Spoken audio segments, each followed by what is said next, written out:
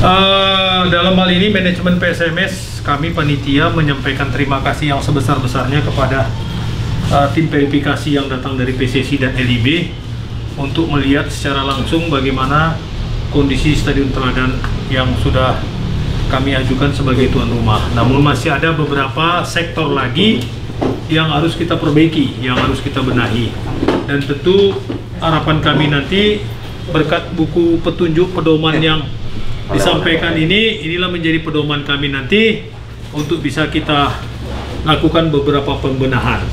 Namun demikian, mungkin dari rekan-rekan media bisa menanyakan langsung kepada dari PT LIB dan PSSI tentang bagaimana kondisi secara umum Stadion Teladan dan bagaimana hal-hal yang lain berkaitan tentang venue-nya. Silakan.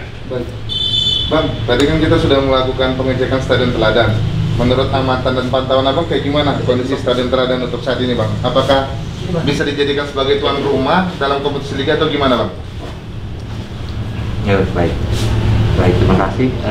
Pertama-tama, kalaupun stadion itu kami punya kriteria yang telah kami susun adalah ada 3 kriteria untuk pertandingan. Ada international match, national match, dan sebagainya. Jadi masing-masing kita punya minimum requirement ataupun kebutuhan minimum. Jadi ada tingkat nasional pun, ada Liga 1 dan Liga 2. Berdasarkan kebutuhan itu tentu kami mengacu pada kepenerangan lampu. Sama seperti international match adalah kebutuhannya lampu. Kalau FIFA itu 2.500 lux up, kalaupun AFC itu 1.200 lux up, kalaupun untuk Liga itu 800 sampai 1.200. Sampai 1.200. Nah, untuk di Stadion Teladan sayang ini masih ada kendala teknis di lapangan, sehingga mungkin kami akan diskusi lebih lanjut terkait kebutuhan penerangan lampu. Untuk secara umum tadi kami lihat untuk lapangan untuk minimum ataupun pemenuhan minimumnya saya rasa cukup, masih bisa dipergunakan. Butuh perapian di beberapa titik ataupun pemerataan. Lalu ruang ganti cukup banyak, space-nya juga cukup dan gitu.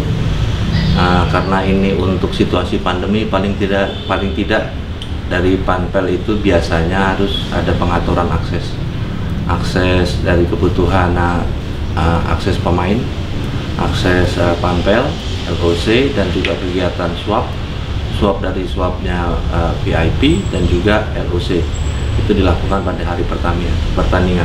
Tapi secara umum untuk Stadion Teladan yang rencananya akan digunakan buat Liga 2 itu cukup, terasa bisa dipergunakan. Oke ya. Dengan Bapak siapa ya? Pak, izin nama kita, Pak? Iya, jabatnya. Saya Adi Nugroho. Sebagai, Pak, di PDB? Saya di PSSI Head Infrastruktur Safety dan Security. Jadi agak saya tambahkan, untuk kegiatan sepak bola itu bukan hanya 2 kali 45 menit, tapi dalam kondisi normal kami harus memikirkan semua kegiatan dari luar masuk ke dalam. Kegiatan yang utama adalah kedatangan tim, match official, dan perangkat selanjutnya.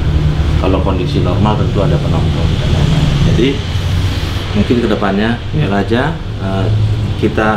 saya berharap juga ada tanggapan dari pemerintah kota untuk kita coba rapikan tata ruang di luarnya, pengaturan akses area parkir, tribun misalnya, supaya Stadion Teladan menjadi kebanggaannya masyarakat Kota Medan. Berarti Bang, intinya pada saat pemantauan tadi Stadion Teladan ini layak untuk jadi tuan rumah kompetisi Liga 2? Untuk tingkat level kompetisi Liga, kami rasa cukup memenuhi persyaratan. Tentu kalaupun levelnya pertandingannya matchnya lebih tinggi lagi, ada kriteria tertentu yang harus dipenuhi. Ya, semuanya ada di sini. Kebetulan ini buku ini kami susun dalam rangka persiapan Piala Dunia. Ini sebagai gambaran, mungkin sebagai gambaran teman-teman di sepak bola di Indonesia. Bisa terlihat di sini ada bentuk desain ruang gantinya dan lain-lain, jadi segala macam ini mungkin bisa bermanfaat. Dan juga dari kami dari PSSI juga sudah mengeluarkan regulasi stadion dan regulasi keselamatan, keamanan bagi kegiatan sepak bola di Indonesia. Semoga bermanfaat. LB, silakan. Saya rasa cukup penjelasan dari